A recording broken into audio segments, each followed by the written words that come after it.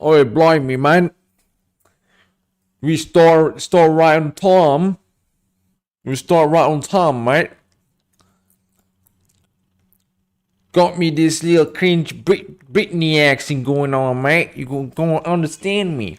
It's probably some, I don't know. It's like a Brazilian person trying to speak like a British person. I don't know. Can you hear me? We gotta do this every single time. We got on live. Testing if you can hear me, if you can see me, if you can understand what I'm saying. Are you living? Are you dead? What's going on?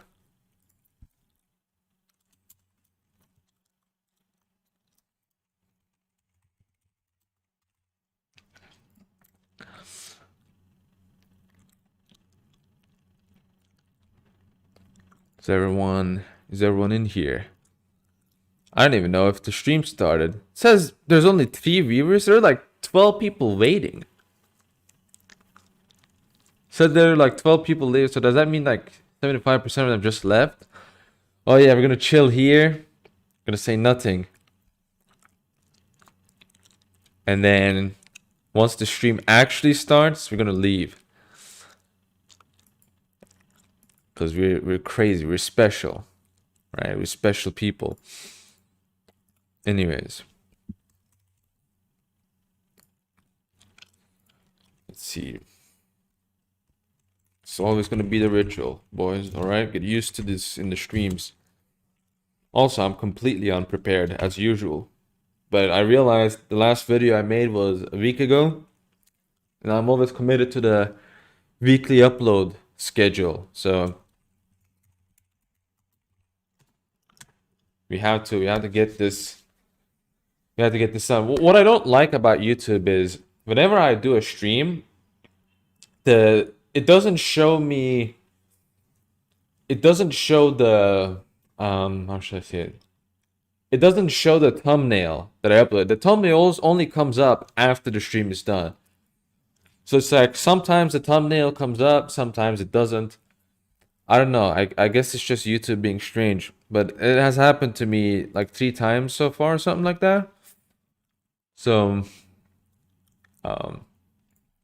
anyways, just something weird. As usual, if you wanna be my pay piggy, you can always drop some fat super chats. You know what I'm saying? Some fat little super chats. Swear on me, mum, yeah? You're gonna like this stream so much, man. It's gonna change your life. It's totally not gonna be about stuff that you already knew about, and I'm just repeating, making you, I don't know, drifting off of your political. I don't know. I'm serious. But this will be a good stream. Good stream. I think this will be a good stream because I think this kind of political, not political, but kind of like this cultural analysis and historical analysis is very much needed because I think a lot of people are very poisoned in looking at history from a very secularistic lens, and they try to approach history in a very neutral manner, and it really modifies the way history is actually understood today, right? We are people that lived in the 90s are aware that in history you saw a lot of heroes, right? You heard about a lot of heroes. Today there are no heroes anymore. The heroes are people like, I don't know, I guess Stalin is a hero now because he defeated the Hitler guy, Churchill, and that American president guy who was president for like 3 terms or something like that. Those are our heroes today, right? Whereas if you grew up in the 90s, your heroes were very different story. I mean, even Genghis Khan was considered to be a hero, right? But now today people look at him and say, oh, he killed a lot of people. Oh, he killed a lot of people. Can't like a guy like that. No, Christopher Columbus. Oh, he killed natives. We hate him now, right? And I think a lot of people really blame the kind of woke culture and all that kind of stuff, but I think part of the reason is because of this attempt at being neutral and moralistic in looking at history. I think any secular society will really eventually come to realize that people like Columbus, not realize, but start thinking that people like Columbus are not heroes. You know, I don't have a dog in this fight. I'm not American. I'm not Italian. I don't really particularly care for Columbus. I do think what he did was crazy. Damn, girl, you do be doing crazy stuff though.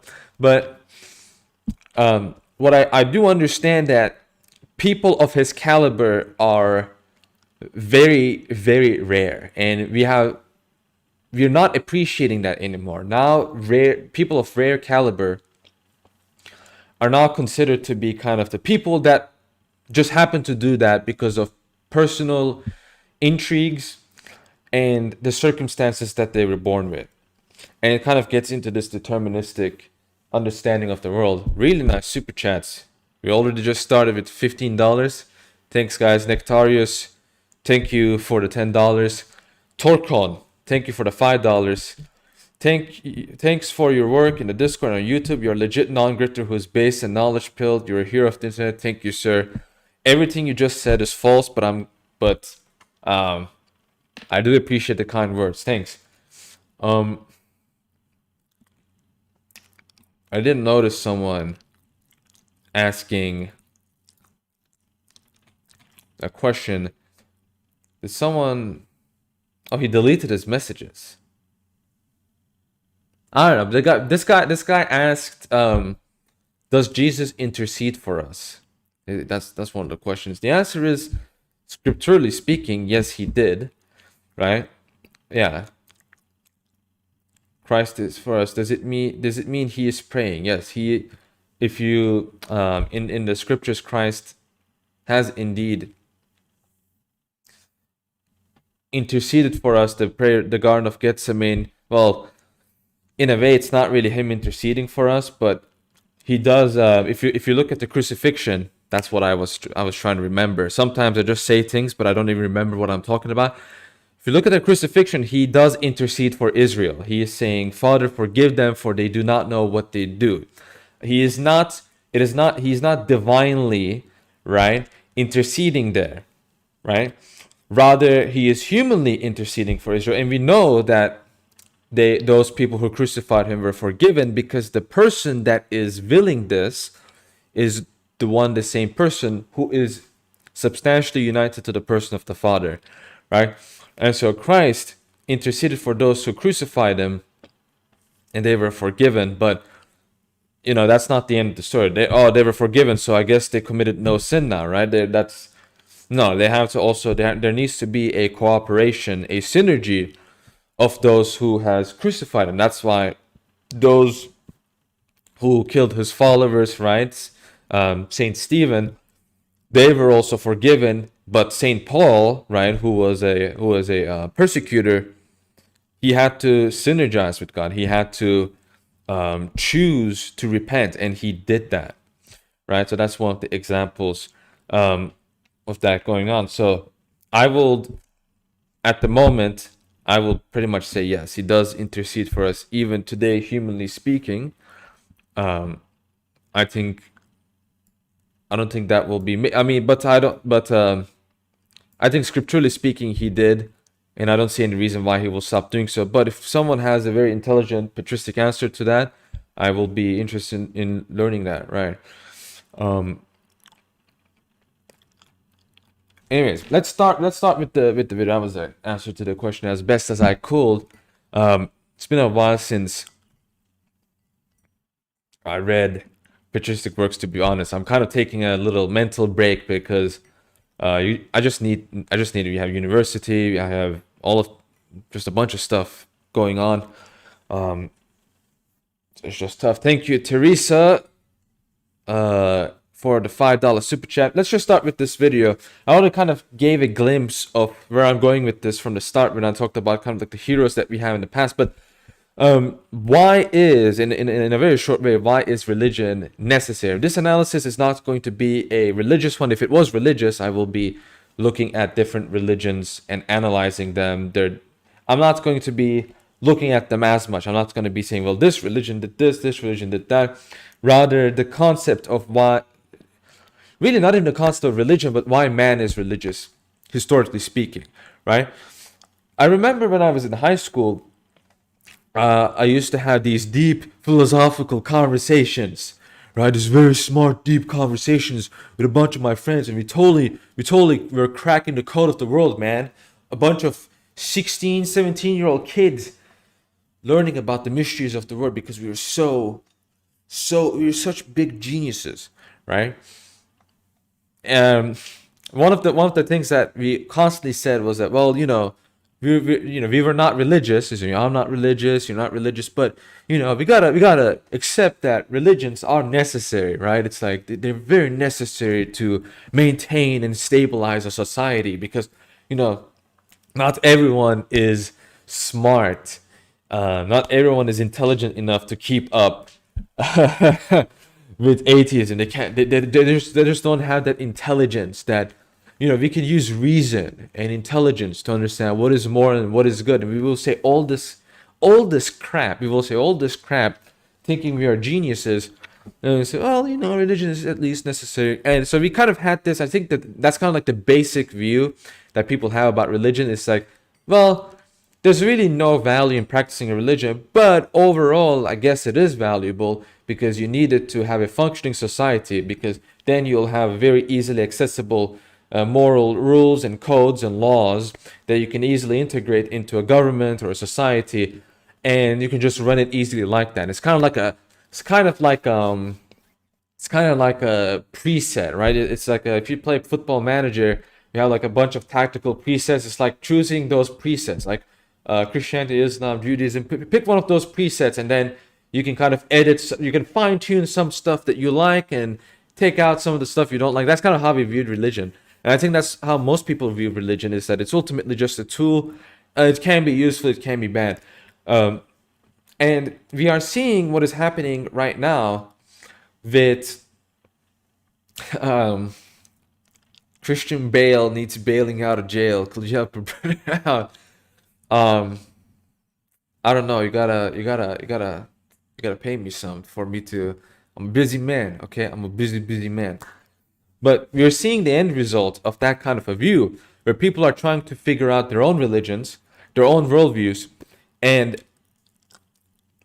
just by pure rationality, right? Supposed rationality, that is. Thanks for the $5, Spano. I'm the top donor now. Also, David, you should get Confessions of a Russian Statement written in 1872.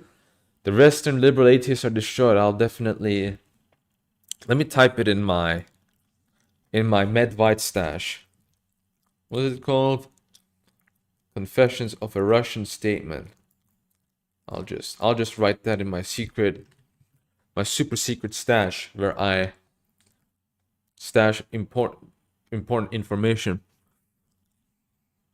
What was I saying? Anyways, I think we're kind of seeing the state that the secularist project is going. It is ultimately failing. But why is it doomed to failure? Well, on a very basic level, and someone already said this before the stream. Kevin Cobb said that don't leave out the fact, and I wasn't gonna leave out the fact, but I might as well just repeat what you say.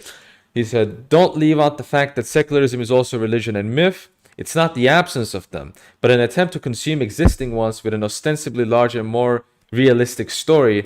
But modern academic books on secularism from a pro-secular perspective show that there is a growing ambiguity and ambivalence about what secular life even means anymore. I mostly agree, but I don't think secularist stories are more realistic. I think even if you look at it from like purely literal perspective, I don't think it might even be more realistic because, for example, when you have like ancient historians talking about dragons and stuff, a lot of people, what are these academics do? Well, they say, well, obviously dragons don't exist today and we don't have their fossils. Obviously, he's not actually talking about a dragon. Okay, he's talking about something else, right? I don't think it's necessarily more realistic. It's just assuming your own atheistic beliefs and importing it onto ancient history. But what if it is not true? How do you know it is? How do you know your view is true, right?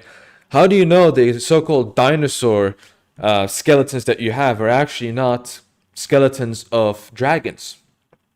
Ever thought about that? Now, I'm not someone that like 100% unironically believe in that, but I do think it's something interesting to look about. But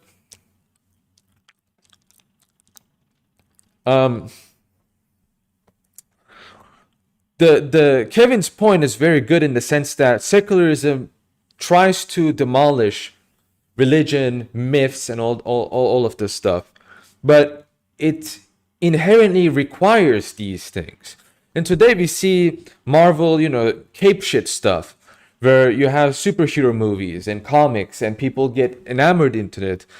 You see kind of the experts becoming the heroes in this new way of living under the meme virus tyranny, right? Where suddenly all of these doctors and nurses, remember when it first came out, first couple of months, everyone was talking about how brave these doctors and nurses were, right? So all of these storylines, all of these mythic storylines, and they're still being written. It is just that it's just another form of it, and it's trying to be a lot more literal, and it's also very blatant propaganda. And you look at academics today and they talk about, old history and whatnot. They say it's blatant propaganda.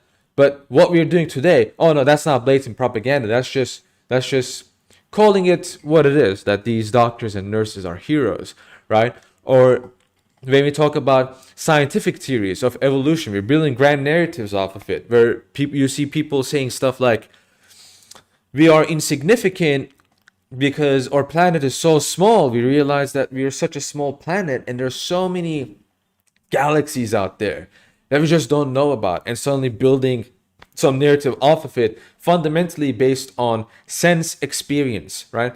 All of these things contribute to building myths and stories that are not necessarily something that you can empirically verify, and something that tries to tell you about something that is not directly observable or perceivable, but rather something that has a deeper meaning behind it. And you see with people like the Black Science Man guy, all of these people end up becoming gurus. Jordan Peterson, right? All of these people that have some really nice advice, they always end up being gurus. They always end up being these little Buddhas, these little manifestation of the universe. And you see this kind of like narrative of the universe grant you strength. The universe is going to grant you luck, right? The universe is going to do all of these amazing things for you. The secularist paradigm, in trying to eliminate religion, has actually established a religion of itself, and that is the religion of destroying the traditional religions, okay? Where all of these religions that have fundamentally different and contradictory myths they're trying to integrate it into each other. And that's why you have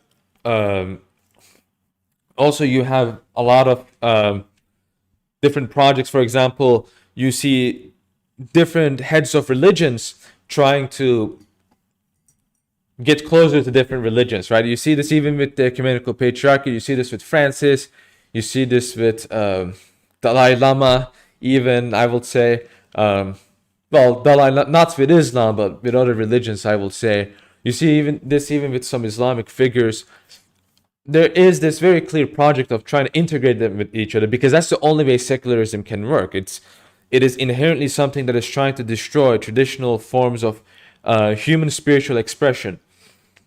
And so once that overrides it, and we are seeing what happens when it's overridden, once it is overridden,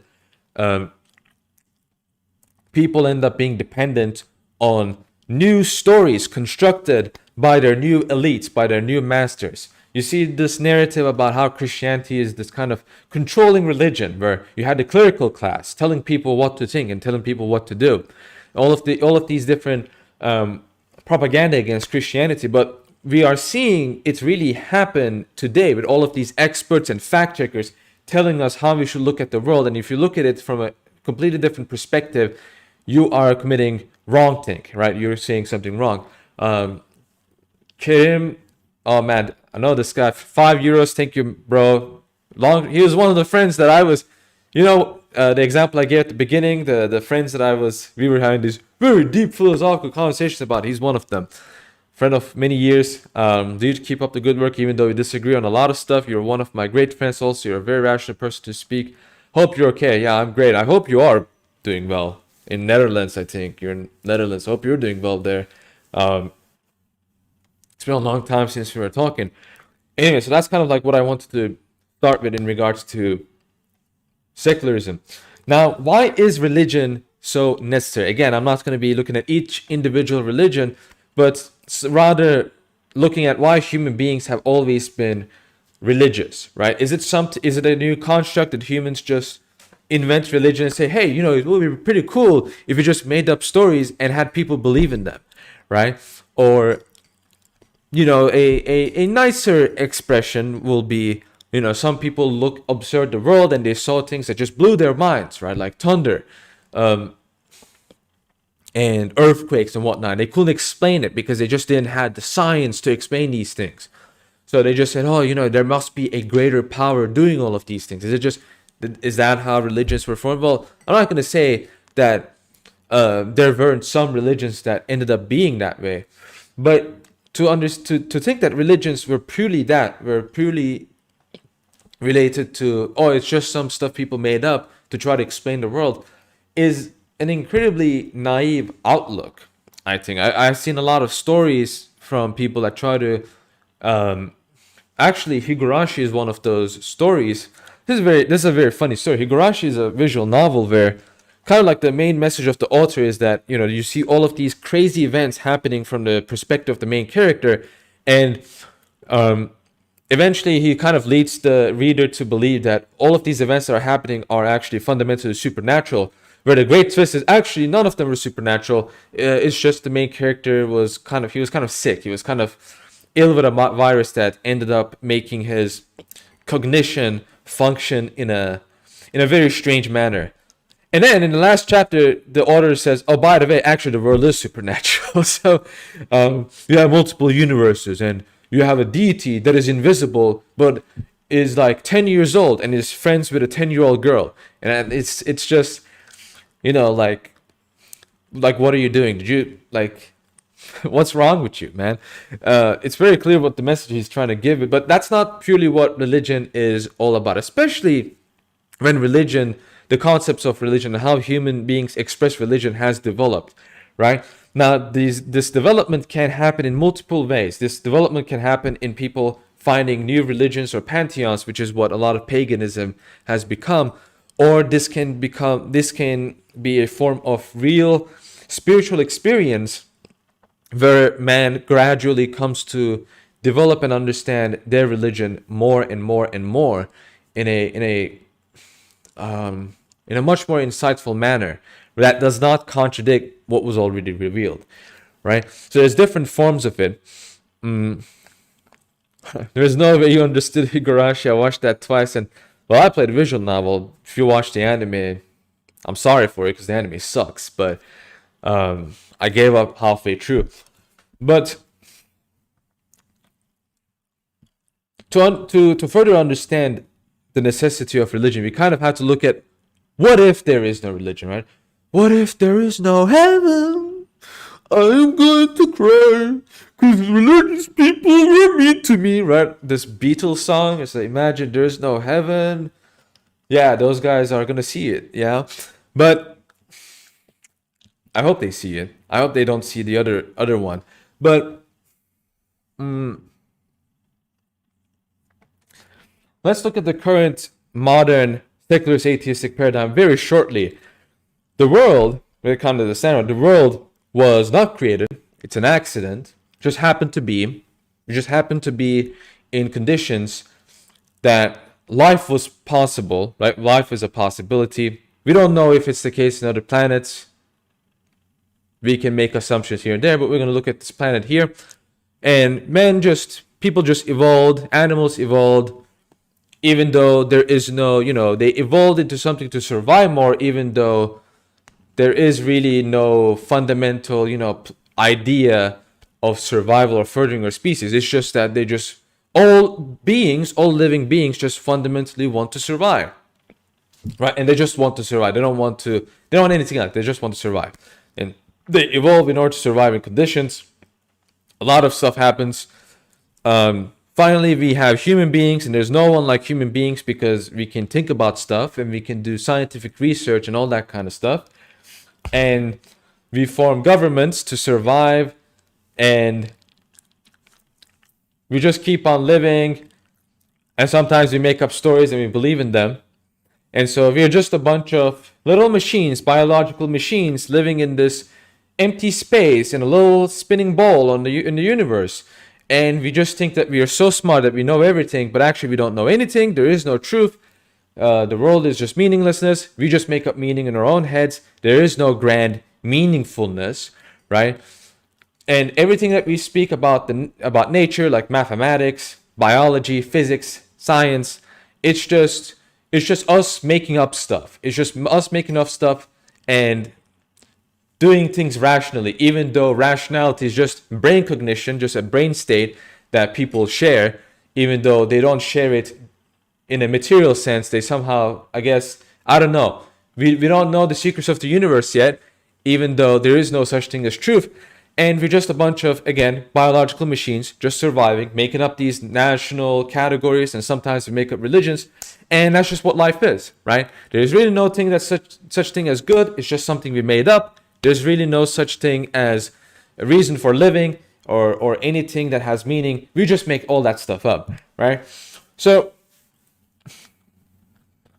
when people were saying that, we just know the secrets of the universe, they're basically saying, we act as if this is not the case. And we just make up a bunch of bullshit and act like this is something that you can completely legitimately believe. Well, unfortunately, it isn't something that you can completely legitimately believe because, first of all of these things, the concept of truth, for example, is dependent on it being applicable universally, right? It's a universal category that we somehow have access to, but somehow it doesn't exist. Is that true? Well, obviously it can't be. So there is such thing as truth. Is there such thing as logic, or is it just a bunch of mental states? Well, if you're talking about logic in a mental state and logic in a different mental state, how do we even know they're the same thing, right? How can we make these two particular things correspond to having access to the same thing or same reality even? And what if it's just me in this world and you guys are all illusions and I'm just entertaining myself, making up the world as I see it, and I'm just in a deep coma and this is the matrix, right? Now, this is not the stream where I'm going to be analyzing are they true or are they false. Rather, what I'm going to be trying to explain is that such a worldview, a historical approach of looking at the world is not only boring, it is completely destructive to anything you want to do. It completely destroys any concept of a goal, any concept of a progress, any concept of a telos, of a meaning, right? Now, I'm not an evolution fan. I don't believe in that. But even if I believed in evolution, I will think, if there is such a thing as evolution, then it is a progress towards something, right? Then that means there must be meaning. There must be a progress to that something, right? And that something cannot just be something physical, right? Because physical things change. They're subject to change. It has to be something that's something that it doesn't change. It doesn't become something else, right? Even if I was someone that believed in evolution, that will probably be why I will say I believe in evolution, right? Whereas when we see the kind of insight, the natural state of man that is religious, he is religious because man wants to seek. He doesn't want to merely seek the external physical aspect of reality, right? That's what a scientist does. That's literally what science is. It is studying external aspects of reality. That's why a lot of these materialists, they think science is the ultimate truth because they believe everything is external and material. Well, if everything is external and material, then these things we call true, for example, they have to be conceptual, they have to be immaterial, invariant. Well, if there is something immaterial that exists, then not everything is external. In fact, there is something that undergirds the external world, right? Something that's below, something that's the substance of the external world that you need to look after. Religion is that, okay? If science is studying the external world, religion is the study of the substantial world that undergirds the external material world. That's what religion is, right? You can call it philosophy too.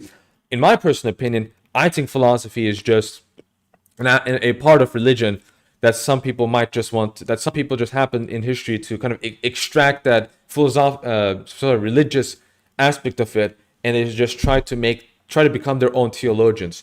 But what you end up having in that case is that you just have a bunch of different people with different ideas, and they just refute each other every 100 to 200 years. That's why St. Basil the Great says, we don't really need to bother with philosophers. They're going to just refute themselves every time, right? They're just going to, 100 years later, all of these philosophers are going to die, and another group of philosophers are going to come up, and they're just going to refute the previous philosophers. And in fact, that's kind of what is happening today, right? Philosophical studies is just looking at a bunch of people refuting each other, and it's just endless chain of people refuting each other. In fact, Saint Athenagoras of Athens, who was a Christian philosopher, says the problem with philosophy is that you don't have that traditional continuity, right? You don't have this kind of transmission of tradition that doesn't change, that doesn't fundamentally change.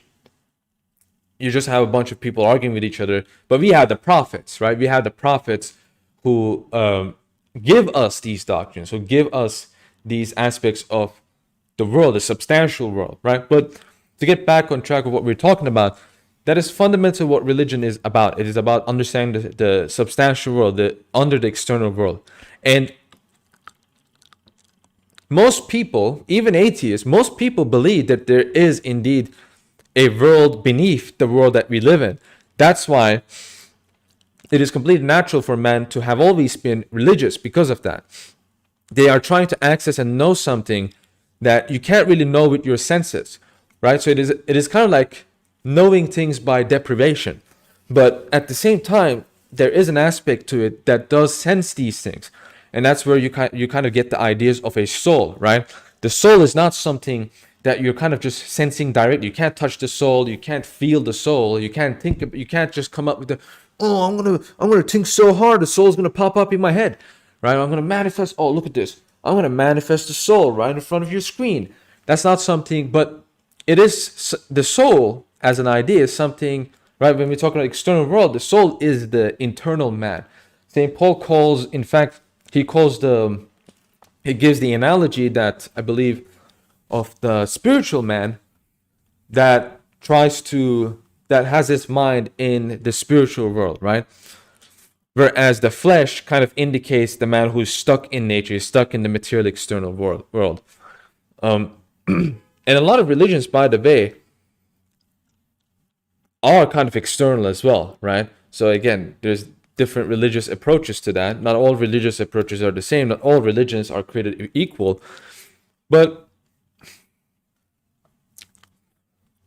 if you don't have that substantial meaning, then heroes, stories, historic events, wars, all of these things lose their meaning. All of these things, they just don't exist. They just happen, and you might as well just have a lot of fun watching it happen.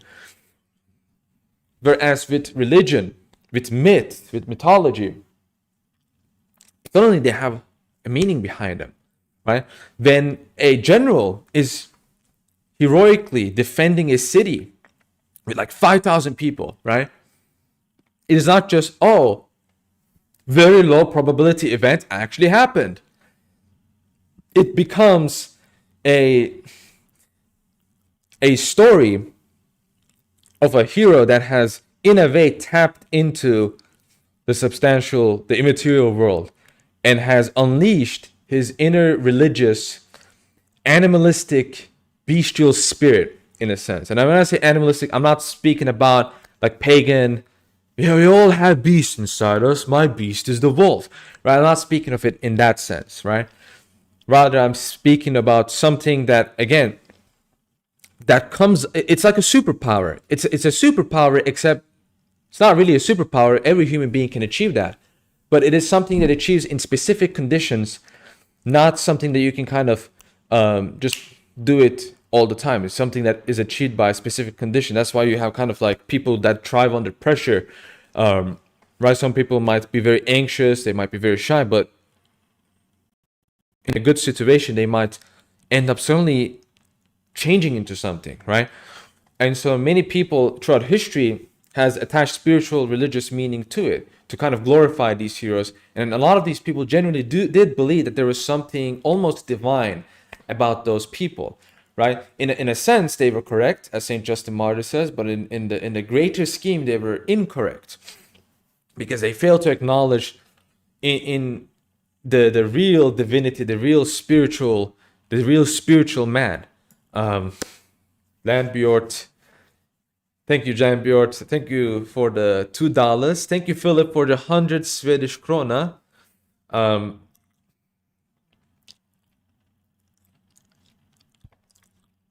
don't think I can see Philip's donation, or maybe it doesn't say anything. But Landbjort says short or long position on Sheeb. I'm always going to be shorting that trash, but that's why I always lose. I'm just kidding.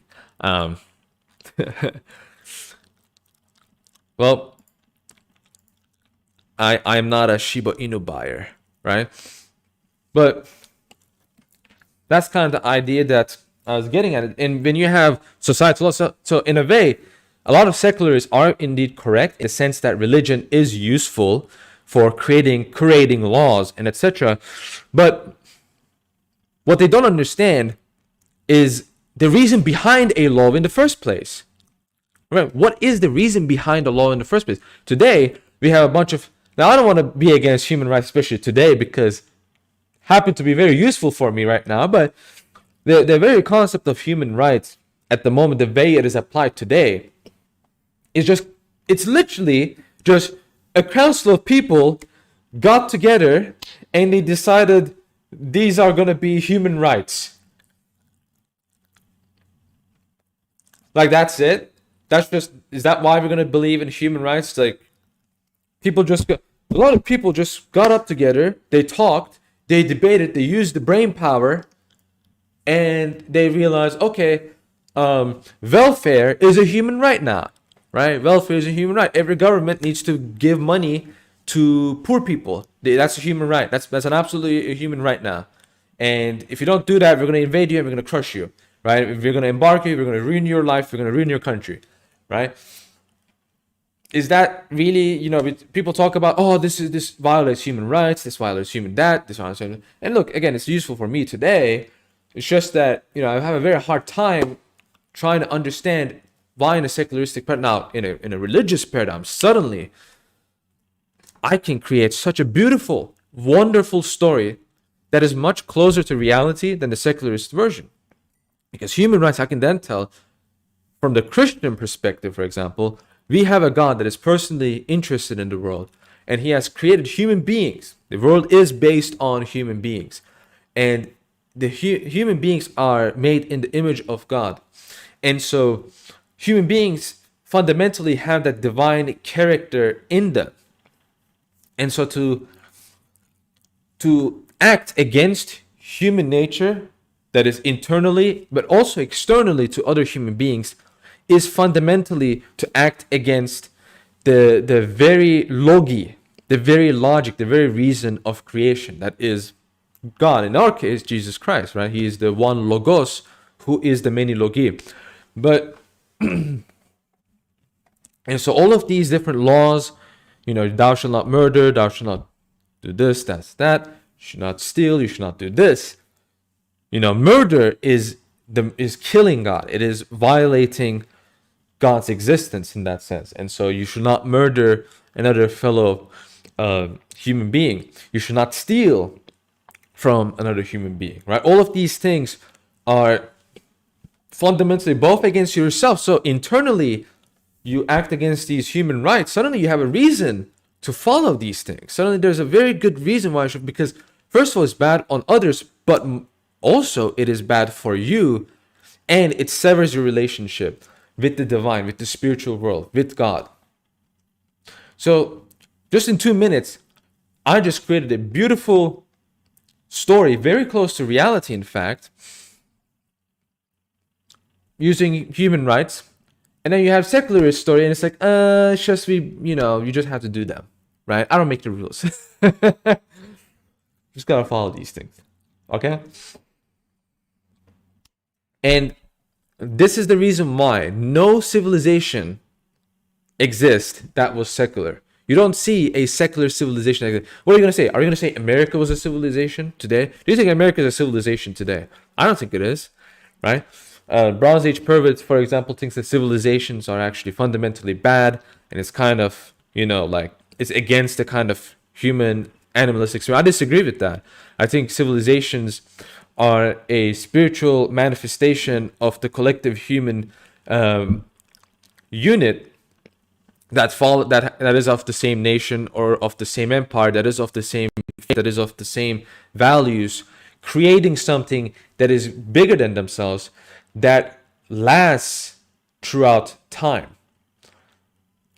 Atheistic civilizations. You know what happened when you got secularistic and atheistic civilizations? Let me tell you what you got. You got the Enlightenment, where French people just killed a bunch of people, ruined their country, and then they elected a god emperor, right? Not elected, but they got a god emperor who screwed up stuff even more, right?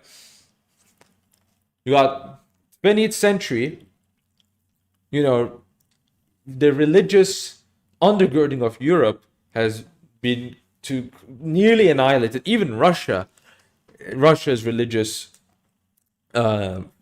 foundation was being completely violated, right? All throughout the West. What did you get? What did you get? Remember all these people saying religion is the cause of all wars? Well, first of all, according to historical research, only 7% of wars were due to religion. By the way, half of them were due to Islamic conquests. Okay, so you can think of a particular religion that might be the cause of that. Again, not all religions were created equal, but I'm not someone, I used to, but I don't believe that's a good reason to be against Islam today. It's just it's just an important thing to consider. But you know what you got when you got your secular civilizations? Destruction. Because secular civilizations are not really civilizations. Civilizations, again, are about keeping alive something, a spirit that is also external at the same time throughout the ages. When your paradigm is the cause of 2 world wars that has completely annihilated millions of human lives, millions of civilizational, how should I say this? So, just complete eradication of the civilizational spirit of Europe. I failed to see how you were successful, right? I failed to see how you could be considered as good. And we're seeing this even today, right? Further eradication of the spirit, further destruction of the spirit. All of these beautiful churches, beautiful landscapes, beautiful chateaus, beautiful castles are completely empty. They're not used. They're museums. And a museum is something, by definition, something that is dead. It's just there to store things of the old. It is not living, right? That's why I don't like it as a museum. I don't like it as a mosque, because if it's a mosque, then it's being misused. If it's a museum, then it's just dead. It's just dead, and you're looking at its corpse. You're just looking at its corpse and saying, "Wow, used to be cool, huh?" But you need to understand that this civilizational spirit, this fundamental religious, it is not something that it's not purely external either. It is something present in the soul of every man. That's why, for example, I genuinely do believe, whether you are Western, right, whether you're an Angloid, Nordoid, Slavoid, or a supreme Greek Anatolian like myself, or a supreme Turk. No, really, I think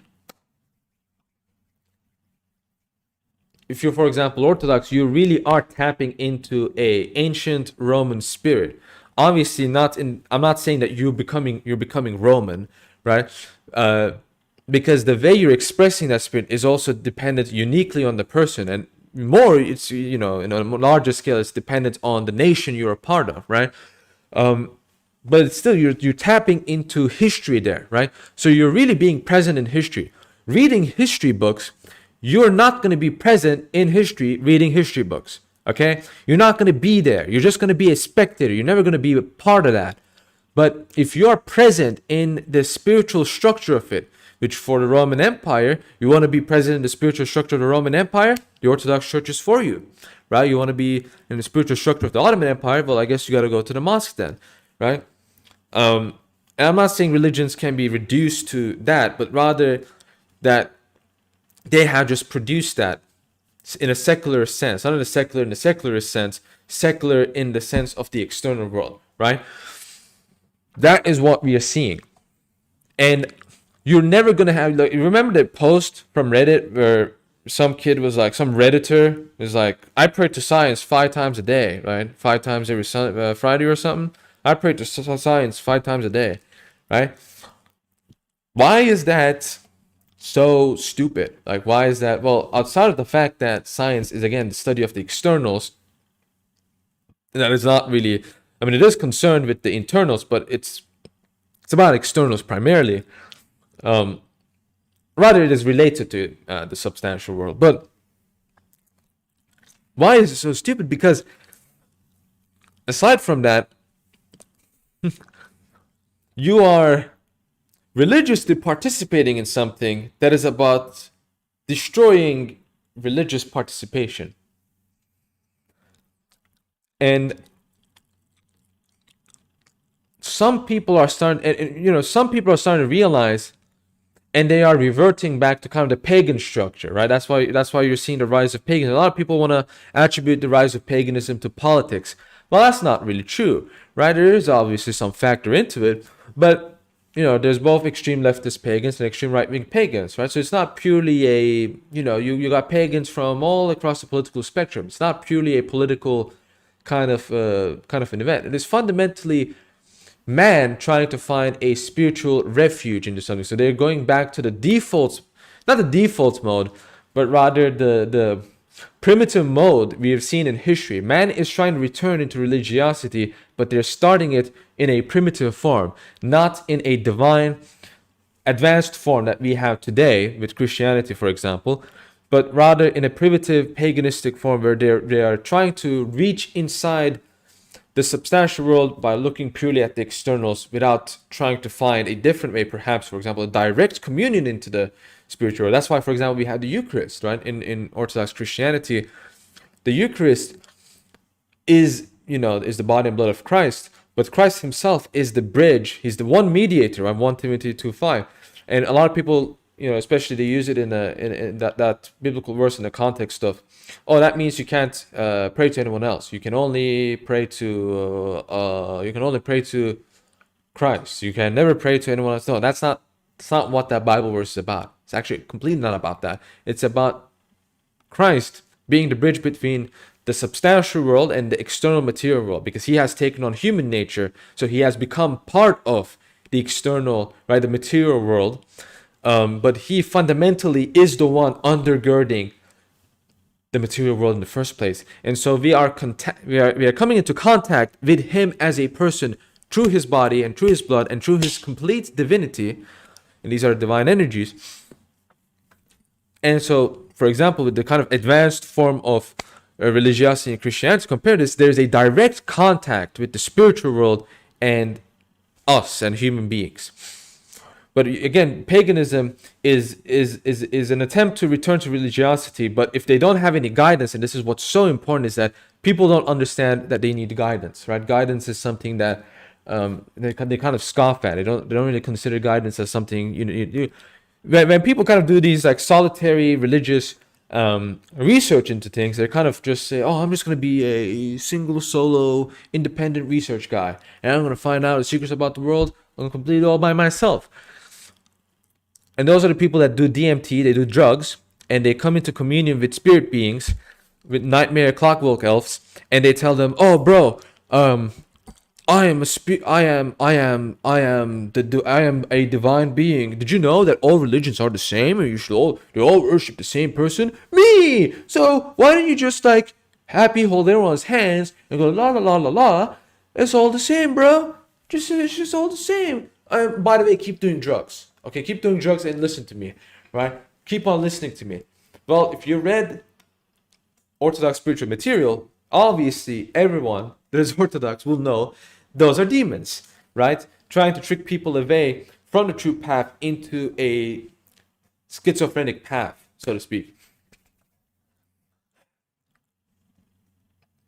I like to go on, but I got a super chat. I got to read this one out. $20 from Pacific Samizdat says, that science prayer kit is just in the tradition of Robespierre building a temple to reason after the French Revolution. God bless David. Keep up the good work. Thank you. Yeah, we saw this temple to reason thing. It's a great, fantastic example of it. Temple to reason, a worship of reason. But what's really interesting, especially in Christian patristic tradition, really biblical tradition, is that reason is fundamentally and primarily about seeing the external world, whereas faith is about looking at the invisible world. It's the belief and knowledge and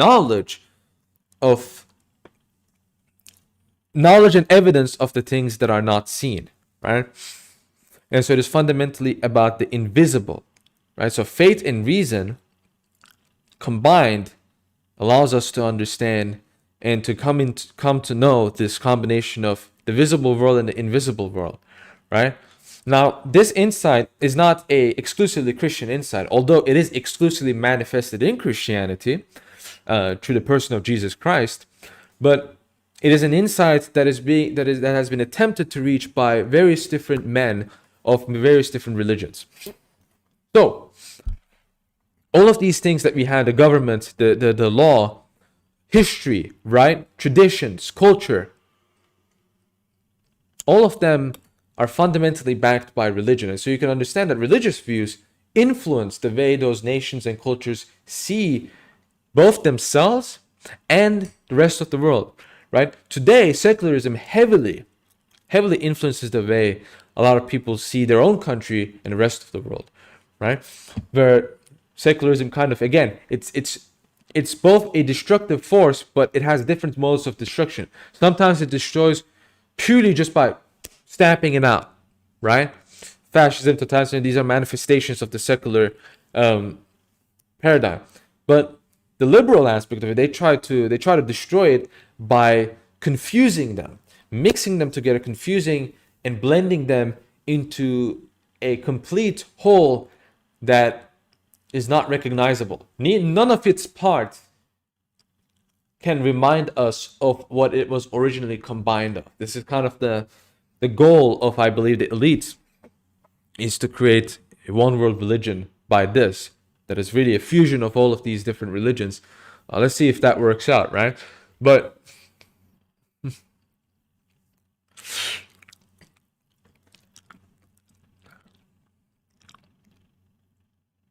what it is fundamentally missing is that it is attempting to deny the religious nature of man that is throughout history. Again, look into history.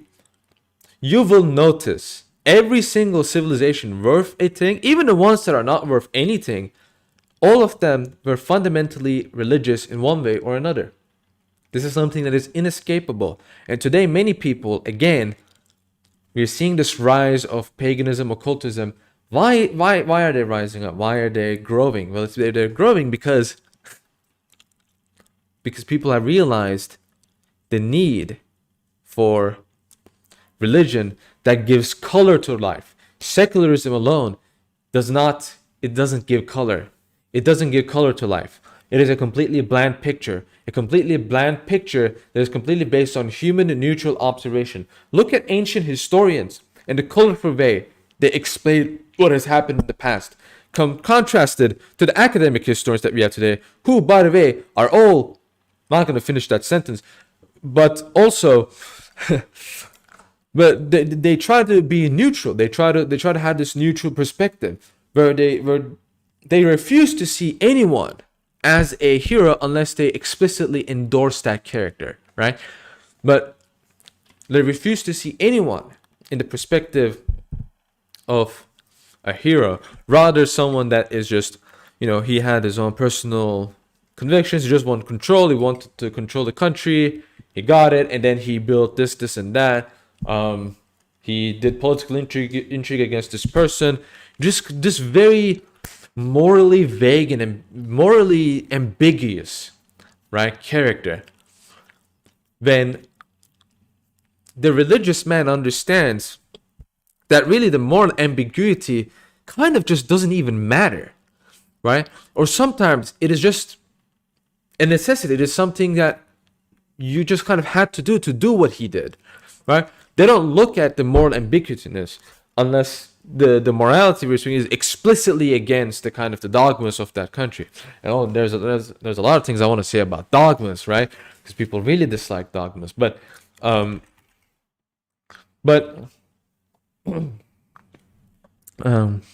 was I?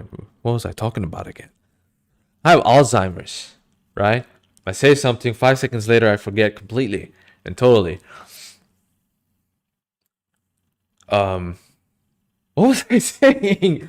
If this was a video recording, I will just pause and I will just think for 10 minutes, and then I was like, oh, I was talking about that, right? Oh yeah, moral ambiguity, yeah. So they see the ancient historian, the religious man, sees what they have accomplished as something of a greater overall message. And so that's what they're focusing on, right? They're not focusing on, oh, he had to kill his daughter-in-law because his daughter-in-law, I don't know, did something bad, right? And they're like, oh yeah, well, if she lived, I don't know. That's kind of like, those are details they just don't, they don't, and the point I'm getting at is that secular historians of today, they look at the small details, right? But what we need to look at is the big picture, right? Big picture analysis is especially what we need today in this world. And another thing I want to talk about is that secularism today is kind of like this destruction of dogmas. In fact, one of the heroes of the Turkish state, I'm not going to say his name, otherwise I might end up getting YouTube shut down in my country and get executed by the government. I'm only 25% joking here, but he has a saying where, we have to, the Turkish Republic has to get away from dogmas. Is that a dogma? Can I question that belief, Mr. Super significant hero of the Turkish Republic? Can I question that belief? Oh, I can't. I can't question that belief that there shouldn't be dogmas. Oh, it's almost as if you're just making dogmas. Wow. Okay. So all of these anti-dogmatic people are actually just dogmatists that are just incredibly confused. Dogma and all of these things that people really hate. Dogma is a fundamental aspect of reality, right? It is an unchangeable thing that you're really, if you question it, you are questioning the very truthfulness of the religion of reality, right? So, for example, if you're Orthodox and you're questioning the dogma of two natures, you're just questioning the very truthfulness of the religion, right? That's what's dangerous about it, and you're risking being an apostate, right? So it's kind of for your own good. Now, if you want to learn about it, if you want to, hey, I genuinely don't understand this. Can someone explain it to me? I'm a little dum-dum. That's a completely different. That's not questioning a dogma. That's just asking for guidance. And historically speaking, guidance has always been something important to be considered, right? Orthodox Christianity has always had the concept of spiritual fathers in history. But when you kind of, dogmas are a natural part of every country, every culture, every nation, every worldview, even secularist worldviews, right? What list me a dogma of the secularist worldview. You cannot have a country that has a particular religion as its head religion in exclusion of different religions. There you go. That's an anti-secularist dogma. Sorry, that's a secularist dogma. Sorry. If you're gonna say, oh, that's not a dogma, you can do that. That's fine. Then you don't believe in secularism. You just don't believe in it then, right? That's kind of like me saying, I don't know. That's like me saying marriage is between a man and a woman. But if you're a man and you want to marry another man, that's fine, right? It's like me saying that. Then it's like, then you don't believe in it. You don't really believe it's between a man and a woman, right? It's the same thing.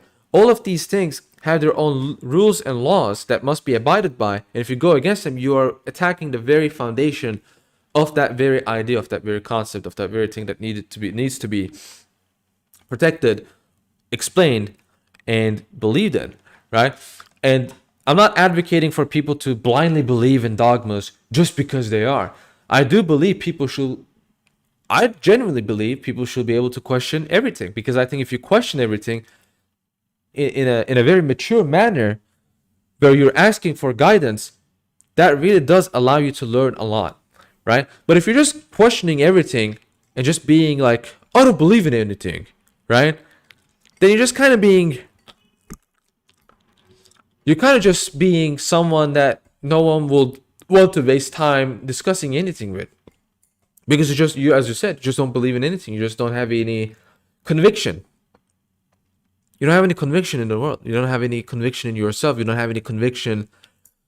And there's nothing bad about realizing that you're in a state where you just genuinely don't know anything in a literal sense, not in a Socratic sense, right? But in a genuine literal sense. Then it causes a bigger problem, is that you notice this and you're completely okay, right? You're completely fine with it. Completely fine with being genuinely ignorant, right? People say, oh, so, they like to quote Socrates and act all like smart. It's like, oh, the only thing I know is that I know nothing. But he also says that ignorance is the one true evil. So, Socrates is very clear that not knowing anything and being ignorant are completely different things. Not knowing anything is a statement about the vastness of human knowledge and how limited the human mind is. It is not an excuse for you to be a lazy sack of shit and to sit there, not care about the world, and just rot away and die looking at yourself as if you're an insignificant piece of human trash. Right? I'm not saying that you are that. I'm just saying you think of yourself as that. If you didn't, if you respected yourself, you will do what any man in history has ever done and look behind the substantial world. Look behind the meaning of the world. Right? That's what every significant person has done throughout history. Anyways. That's kind of that can, I guess, summarize a lot of what I wanted to say. I don't want to keep you guys, I don't want to monologue for 2 hours. 1 hour monologue. It's insane because, like, when I was a teenager, I could not see myself talking in front of, like, well, we have 40 people right now. Eventually, there's going to be thousands of people watching this. Some people, they look at, oh, thousands of people are going to watch me. No, I can't believe this. Right? What if I say this or what if I say something wrong? It's kind of insane how you can kind of just achieve a lot of things if you put your head to it. It's not a big achievement. I'm not acting as if like I'm a big, gigantic achiever. It's just something, that progress is something that every man should experience. It's very important. Even small things like that. So I'm gonna go check the comments a little bit, but there are a lot of moolah today. I'm racking out a lot of moolah today, man. Really appreciate all your support, all your donations, and all of the positive messages. That's the most important one, right? I'm gonna check the live chat for a couple of minutes. Do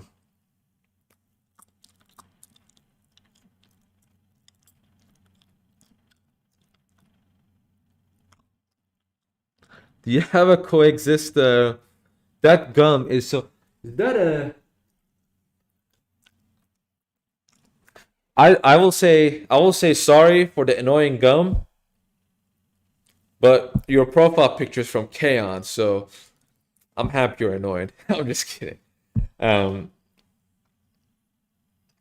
bro, gotta switch that. Gotta switch that gun. Well, 24 hour. I mean, Seraphim Hamilton does like 7, 8 hour streams. Now, I will love it if I could rant for. I don't think he's. I'm not saying he's ranting, but I will love it if I could rant for 7, 8 hours nonstop, just talking about anything that comes to my mind.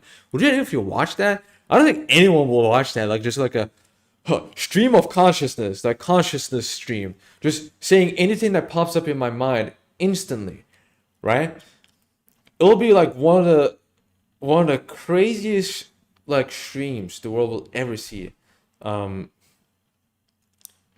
so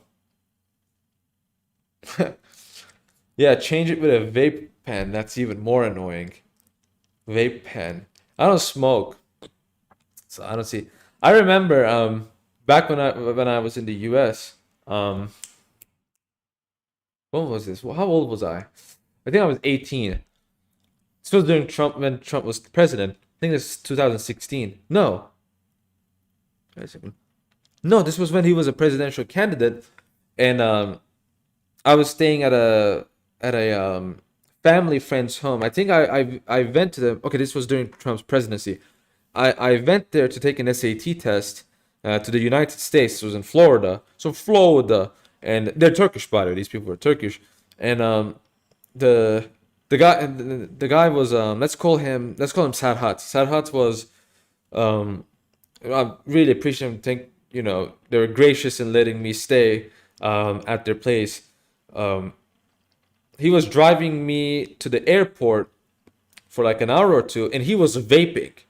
Okay, he was vaping. Um, and oh man, I nearly died. Okay, I nearly freaking died. Like staying inside that car, I was dying. And at that time, I was a very weak-willed person. So I couldn't just say stop vaping, right? I really wanted to say stop vaping, but I thought it would be very awkward and I thought it would be very disrespectful if I didn't say that. So I just kept my mouth shut, and I had to endure that. I had to open up the window. Even the window wasn't good enough. It was like this, like kind of like a chocolate coffee flavored vape, right? And another one, this was when I was working in Norway in 2015, I believe. Those were the times where I first got into Discord too. Um, I don't even think I even had the real Medfight moniker back then. I had what was my name back then? Maxi something. I don't know. Um, I was working at Norway, staying at another family friend's home, and again, very gracious to them. Uh, Very thankful they received me, even though the man was very happy to see me leave because I was pretty annoying. Um, there was a guy in the kitchen that was not even working. He was also vaping, right? But his vape was like you couldn't smell it, right? It's kind of like a smellless vape. Um, I thought that guy was a bundle of sticks. I don't like him. Anyways, fighting my crippling hookah. Yeah, dude. Oh man, I remember going to hanging out with some dudes in 2015, and I go to like hookah bars and like take it. Last time it was like with a chick I knew from high school and a friend of hers. It was like last summer, not this summer, previous year's summer. No, I'm sorry. No, no, no, no, no, no. This was 2017, summer of 2017, and like they were both like taking in that hookah, and I was like, they're just like sipping Sprite. Back then, I drank Sprite all the time. Um, Now I just drink water because soda is bad. Okay, I gotta look after my body, as you can see, as you can't see actually, because there's no muscle there. Well, I'm working on it, but um, yeah, she was like, I think they were like both underage too at the time. How old was she back then? I don't know. I think I was 18, so these people were like, the guy was I think 17, she was like 15 or 16 or something. I don't know. Those were some times. Those were the times of my life. Um, so from there to here, right? And as I said, the cringe secularistic views, I had those at those time, right? So Albania, have I always been Orthodox? No, I became Orthodox in really late 2017. I was interested in Orthodoxy in summer. In fact, that same girl we went to Rhodos together. I bought I'm gonna show it to you actually. Shall I show off? No,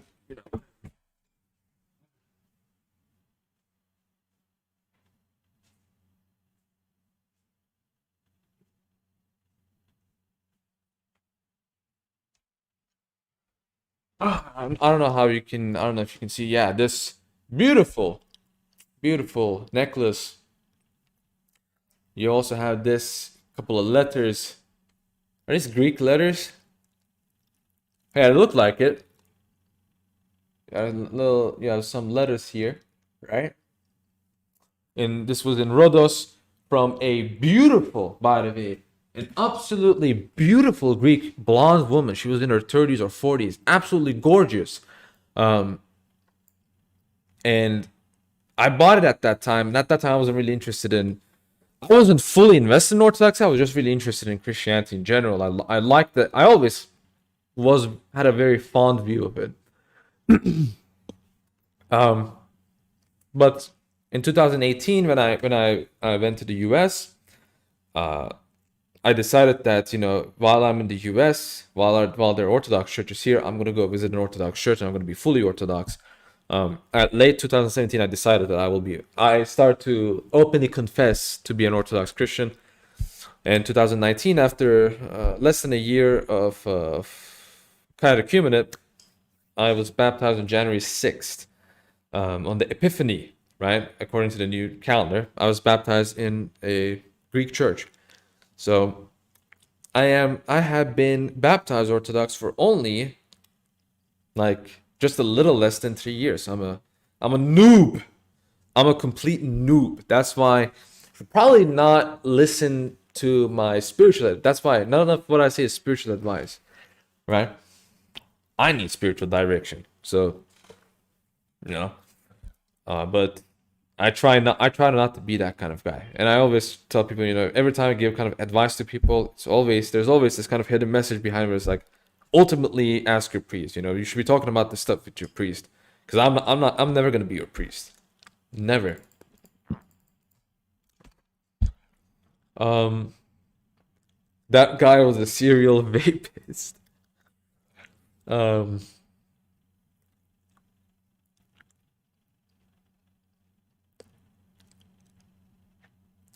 what icons are behind me? There's the creation icon, Saint Gregory Palamas, Saint David Komnenos, my patron saint, by the way. Oh, his his feast day is in it's November. It's November 1st, right? His feast day, Saint David Komnenos, his feast day is in the 1st of November, and the Panagia icon with baby Jesus, right? Um, those are the icons I had. I also have a icon cornered over there. Um, Wonderful icons, but I'm not strong enough to have a lot of them. I remember back then. I remember back then when I was like new, I just bought crazy amounts of icons, and there was really no proper rhyme or reason behind it. I should probably have not not done that too much. Shout out to my bro Paul from Albania. And what is this state? Were you a Muslim before coming to Orthodox? I was like a deist, basically non-religions, basically. Um, what is the state with Greek and Russian parishes abroad? I live in Germany. I want to convert, but still don't know where to go. Um, just go to. I mean, I will recommend you go to a Russian parish personally, but even if you only have a Greek parish near you, or if that's the one you feel more comfortable going, then go. Just go to one, right? My parish commemorates both Patriarch Bartholomew and Patriarch Kirill, and I'm in Istanbul, and I'm under the EP. And you might say, wait, commemorate both in the liturgy? Yes. Yes, both of them in the liturgy. So um, I'm very happy with my parish. Um, but I have heard that a lot of Moscow parishes are starting to be open in different parts of Turkey, which is, I don't know, it's interesting. We'll see how that goes. That is something that I heard was gonna happen eventually. I gotta look up Saint Diego. Yeah, I'm gonna actually make a video on him, on his feast day in the new calendar. Hopefully I don't forget. Patriarch Prime told me that I should do that, and I thought that was a great idea. What's your opinion on the whole Moses and Israelites couldn't have been in Egypt because economics? Why? Sounds like a stupid reason. So the people that will say that kind of stuff, by the way, today they will say we need immigrants because of economics. But then they say, oh, but actually those immigrants, they didn't need them because they were an economic damage, right? So it's like, I don't take what those kinds of people say seriously. Last question before I leave. Were you interested in other denominations? No, Protestantism I was never interested in because I looked at it. I realized it's a creation of in the 16th century. There's from the first century to 16th century, there's just nothing there. And I can't take a religion seriously if it doesn't have that. That's the same reasoning I used on why I did not become a Muslim. It's because of that, right? And Roman Catholicism, I was very tempted at some points, but I think I thought that I noticed that a lot of Roman Catholics really didn't give a hoot about theology, and that really rubbed me the wrong way, rubbed me off in a very wrong way. I noticed that Orthodoxy has a very huge emphasis on theology and patristic theology too, whereas I noticed that all these Roman Catholics, they just, they just do apologetics like a bunch of women. So honestly, the Roman Catholics made that decision very easily for me. Oriental, I was most tempted by Orientals. Then I read Paulin Allen's book on Severus of Antioch, and after reading like 7, 8 texts of him, I was like, this guy's an idiot. I was like, this guy's an idiot. He's totally off the, like, he's totally wrong, right? He's totally wrong. And I read a bunch of his other books. So Orthodoxy just seemed to mind. And Church of the East. Why would I be Church of the East? Am I stupid? Like, who will be Church of the East? Who will be Church of the East, right? I guess there is that one guy. I don't know. Anyways, that shall be it for the stream. Thanks for listening.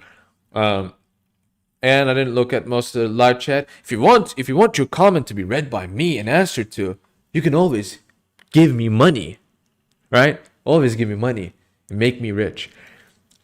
But if you have financial troubles, really, you should be asking money from me. You should probably not donate to me at all. It's an order for me. If you have financial issues, you have financial problems, do not donate to me. I don't want your money. But if you're financially okay, I love you and your money will be appreciated. Anyways, thanks for watching. I'll see you all in the next video. May God be with you all.